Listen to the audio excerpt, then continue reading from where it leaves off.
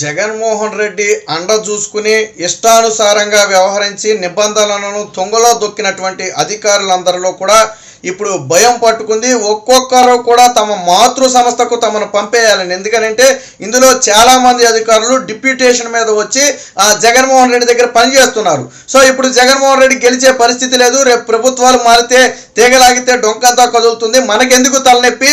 ఒకవేళ మనం రిలీవ్ అవ్వకుండా ఇక్కడే ఉంటే మనకు అప్రాధాన్యత పోస్ట్ ఇచ్చి ఇక్కడ నుంచి కదలకుండా ఇబ్బంది పెట్టే ప్రయత్నం జరుగుద్దని చెప్పి ఒక అంచనాకు వచ్చినటువంటి అధికారులందరూ కూడా, ఐఏఎస్ స్థాయి అధికారులందరూ కూడా ఇప్పుడు మమ్మల్ని రిలీవ్ చేయండి, మమ్మల్ని మా మాతృ సంస్థకు పంపేయండి అని చెప్పి చీఫ్ సెక్రటరీ వద్దకు వెళ్ళి గొగ్గోలు పెట్టాల్సిన పరిస్థితి. ఇలా రిలీవ్ చేయమనే వారి సంఖ్య రోజు రోజుకి పెరుగుతుంది. ఇందులో మొట్టమొదటగా ఉన్నటువంటి వ్యక్తి బేవరేజ్ కార్పొరేషన్ ఎండీగా ఉన్నటువంటి వాసుదేవరెడ్డి. సో ఇప్పుడు లిక్కర్ కానివ్వండి, శాండ్ కానివ్వండి, మొత్తం వ్యవహారాలన్నీ దగ్గరుండి చక్కబెట్టినటువంటి వ్యక్తి వాసుదేవరెడ్డి. ఈయన మీద ప్రతిపక్షాలు అనేక ఆరోపణలు చేశాయి. గతంలో ఇన్ని తప్పించాలని ఎలక్షన్ కమిషన్ కూడా ఫిర్యాదు చేయడం జరిగింది. సో ఇలాంటి వాసుదేవరెడ్డి ఇప్పుడు తాజాగా తత్వం బోధపడింది. ఇక జగన్మోహన్ రెడ్డి ఇప్పటి వరకు గెలుస్తాడని ఒక ధీమా ఆయనలో ఉందేమో, మాట్లాడలేదు. కానీ ఇప్పుడు బలవంతంగా తనను బయటకు పంపేయాలని చెప్పి విశ్వ ప్రయత్నం చేస్తున్నాడు. వాస్తవానికి ఆయన రైల్వే శాఖ నుంచి అయితే ఇక్కడికి రావడం జరిగింది. తిరిగి నన్ను అదే రైల్వే శాఖకు పంపాలని చెప్పి వాళ్ళంతా కూడా కోరటం జరిగింది. ఇక తాజాగా ఇదే వరుసలో ఆర్థిక శాఖ కార్యదర్శిగా ఉన్నటువంటి సత్యనారాయణ, అలాగే ప్రత్యేక ప్రధాన కార్యదర్శిగా ఉన్నటువంటి ఎస్ఎస్ రావత్, అలాగే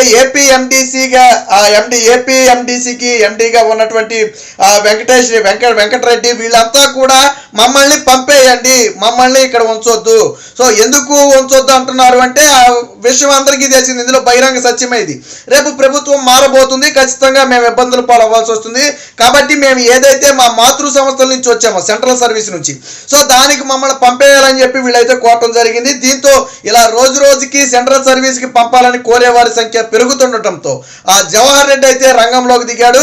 దీంతో కొంత సీఎంఓ అధికారులు కూడా రంగంలో దిగి ఎవరైతే ఇలా వెళ్ళిపోతామని చెప్పి 1కి 10 సార్లు రిక్వెస్ట్ చేస్తున్నారో వారందరినీ కూడా కూర్చోబెట్టి బుజ్జగించే ప్రయత్నం జరిగింది. ఖచ్చితంగా రేపు జగన్మోహన్ రెడ్డి గెలవబోతున్నాడు, మీ పోస్టులు ఎక్కడికి పోవు, మీరు మళ్ళీ ఒక 5 ఏళ్ళు అవసరమైతే ఇక్కడే చేయొచ్చు అని చెప్పి వారికి నచ్చజెప్పే ప్రయత్నం చేస్తే సీఎంఓ అధికారులు ఎంతో, వీళ్ళు కూడా అంతే కదా. వీళ్ళు ఒక్కొక్క శాఖ కార్యదర్శిగా ఉన్నారు, బయట ఏం జరుగుతుందో తెలుసు, ప్రజల నాడు ఎలా ఉందో తెలుసు, ఆ రిపోర్ట్లన్నీ కూడా ఎలా వస్తున్నాయి అనేది అందరికీ తెలిసిన విషయమే.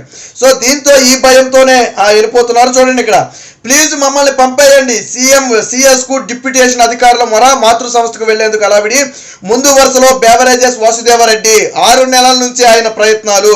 ఆర్థిక కార్యదర్శి సత్యనారాయణది అదే బాట.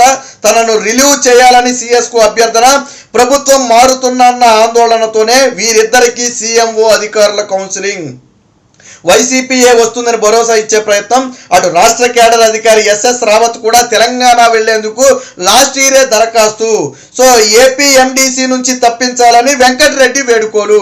సో ఇలా 1 కాదు 2 కాదు, వాసుదేవరెడ్డి చంద్రబాబు గారి మీద ఈ గతంలో ఇసుక ఉచితంగా ఇవ్వటం వల్ల ఖజానాకు నష్టం వచ్చిందని కేసు పెట్టిన వ్యక్తి ఈ బేవరేజెస్ కార్పొరేషన్ ఎండీగా ఉన్నటువంటి వాసుదేవరెడ్డి.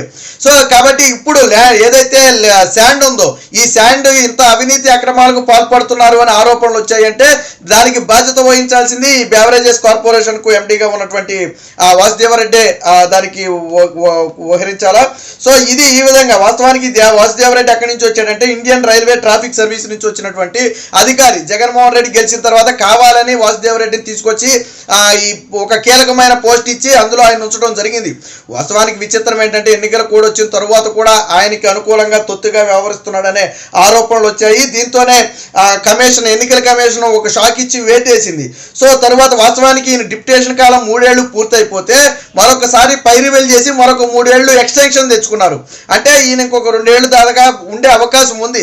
అయినప్పటికీ కూడా ఎందుకు వెళ్ళిపోతానో అంటున్నాడు అంటే ప్రభుత్వం మారుతుందని అంచనా. సో ప్రజల్లో మార్పు వస్తుందా లేదని అనుమానాలు కాసేపు పక్కన పెడితే అధికారుల్లో మాత్రం మార్పు వచ్చింది. ఎందుకంటే ఏ తీర్పు రాబోతుంది అనేది వీరికి స్పష్టమైన అవగాహన ఉంది. జగన్మోహన్ రెడ్డి ఎట్టి పరిస్థితుల్లో గెలిచే అవకాశం లేదు కాబట్టి మమ్మల్ని వదిలేస్తే మేము వెళ్ళిపోతామని చెప్పి వీళ్ళంతా కూడా చెప్పే పరిస్థితి. అయితే అధికారులందరూ కూడా మారడం కోసం ప్రయత్నం చేస్తే ఒక అధికారి మాత్రం డిప్యూటేషన్ మీద ఉండేందుకు ప్రయత్నం చేస్తున్నాడు. అంటే బహుశా జగన్మోహన్ రెడ్డి గెలుస్తాడని బలంగా నమ్మే వ్యక్తి కావచ్చు. ప్రభుత్వం మారితే ఇరకాటంలో పడతామని అధికారులంతా భయాందోళనకు గురవుతుంటే ఒక అధికారి మాత్రం డిప్యూటేషన్ పొడిగింపు కోసం ప్రయత్నాలు చేస్తున్నారు. ఆయనే సమాచార పౌర సంబంధాల కమిషనర్ విజయ్ కుమార్ రెడ్డి. వాస్తవానికి ఇండియన్ ఇన్ఫర్మేషన్ సర్వీస్ నుంచి వచ్చినటువంటి వ్యక్తి. జగన్మోహన్ రెడ్డి ముఖ్యమంత్రి అయిన తర్వాత రాష్ట్రానికి డిప్యూటేషన్ మీద తీసుకురావడం జరిగింది. ఇప్పుడు నా గడువు పొడిగించండి, నా గడువు అయిపోయింది, నా గడువు పొడిగించండి, నేను మరీ కొంతకాలం ఇక్కడే చేస్తానని చెప్పి మళ్ళీ చీఫ్ సెక్రటరీ జవహర్ రెడ్డి ద్వారా ప్రయత్నాలు జరుపుతుండటంతో ఇప్పుడు అందరూ ఆశ్చర్యపోయే పరిస్థితి. ఎందుకంటే ఉన్న వాళ్ళందరూ కూడా తట్టబుట్ట చదువుకుని వెళ్ళిపోయే ప్రయత్నం చేస్తుంటే ఈయన మాత్రం నా గడువు పొడిగించండి అని చెప్పడం ఏంటని చెప్పి వీళ్ళంతా కూడా పరిచిపోయే పరిస్థితి. ఇందులో ప్రధానంగా ఇద్దరు అధికారులు మాత్రం రేపు ఖచ్చితంగా కొన్ని వివాదాలను ఎదుర్కోవాల్సి ఉంటుంది, కొన్నిటికి సమాధానం చెప్పాల్సి ఉంటుంది. అవసరమైతే జైలు శిక్ష పడినా ఆశ్చర్యపోవాల్సిన అవసరం లేదు.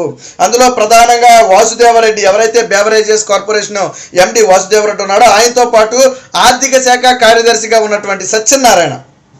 ఎందుకంటే ఇప్పటి వరకు మనం తెచ్చినటువంటి అప్పుల్లో అనేక దొంగ అప్పులు ఉన్నాయి, దొడ్డిదారిని తెచ్చిన అప్పులు ఉన్నాయి, అలాగే పైకి చూపించకుండా లెక్కల్లో చూపించకుండా తెరవనుకున్నటువంటి అప్పులు చాలా ఉన్నాయి. రేపు ప్రభుత్వాలు మారిన తర్వాత ఖచ్చితంగా ఈ కూపీ మొత్తం కూడా లాగుతారు. అప్పుడు ముఖ్యంగా జగన్మోహన్ రెడ్డి లేకపోతే అప్పుల శాఖ మంత్రి బొగ్గన వీళ్ళంతా తర్వాత ముందు ఎవరు విచారణ ఎదుర్కోవాలి, ఎవరు సమాధానం చెప్పాలి అంటే ఆర్థిక శాఖ కార్యదర్శిగా ఉన్నటువంటి వ్యక్తి సమాధానం చెప్పాలి.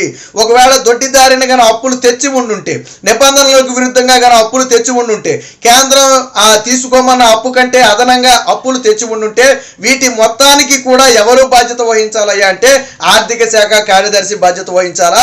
సరే, ఆర్థిక శాఖ మంత్రి అంటే ఆయన రాజకీయ నాయకుడు, అదంతా వేరే విషయం. ఆయన తర్వాత ఇబ్బందులు పడతాడా పడ్డా అనేది పక్కన పెడితే ఆర్థిక శాఖ కార్యదర్శి మాత్రం ఖచ్చితంగా ఇబ్బంది పడే అవకాశం ఉంటుంది. కాబట్టి ఇప్పుడే ఈయన తప్పుకునే ప్రయత్నం చేస్తున్నాడు.